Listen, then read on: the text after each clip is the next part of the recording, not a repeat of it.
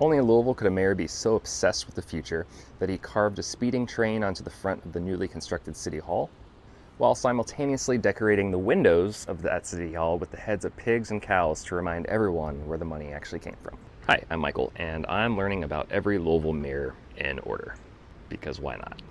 Our 17th person to hold office was John G. Baxter.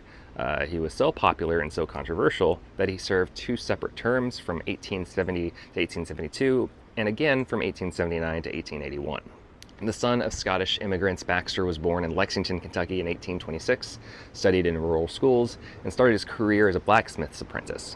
He came to Louisville in 1847 and became a titan who built a massive empire making cast iron stoves.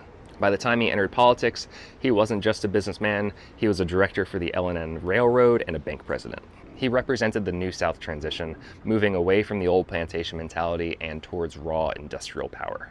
When Baxter took office in 1870, Louisville was outgrowing its skin.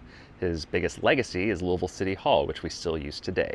He wanted more than a building, he wanted a monument to progress. If you look at the pediment above the main entrance, you'll see a locomotive charging past southern palm trees, mostly inspired by the city's seal back then.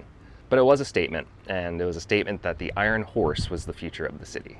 That's ironic. But look at the side windows and you'll see the agrarian realism, the meticulously carved heads of oxen, horses, and pigs. Baxter knew that while trains were the future, the stockyards were still the heartbeat of the economy at the time. But Baxter's time in office wasn't all architecture and ribbons. He was locked in a decade-long rivalry with a man named Charles Jacob.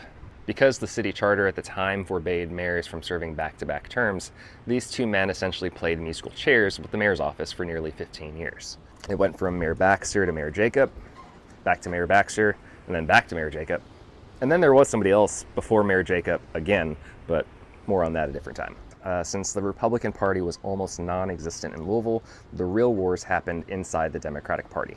Baxter was constantly getting accused of using the police to bait voters and buying elections through a massive system of patronage.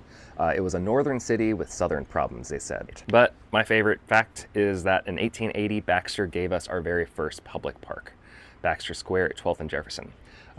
It was a radical idea at the time that urban workers needed green space for their emotional well-being. Fast forward in 1891, Olmsted was commissioned to better design the park. After retiring from politics, he served as president of Louisville Gas Company. Shortly after, Baxter died in 1885 while seeking treatment in Hot Springs, Arkansas. He was brought home and buried in Cave Hill Cemetery, right off the major thoroughfare that still bears his name, Baxter Avenue. So, that's John Baxter.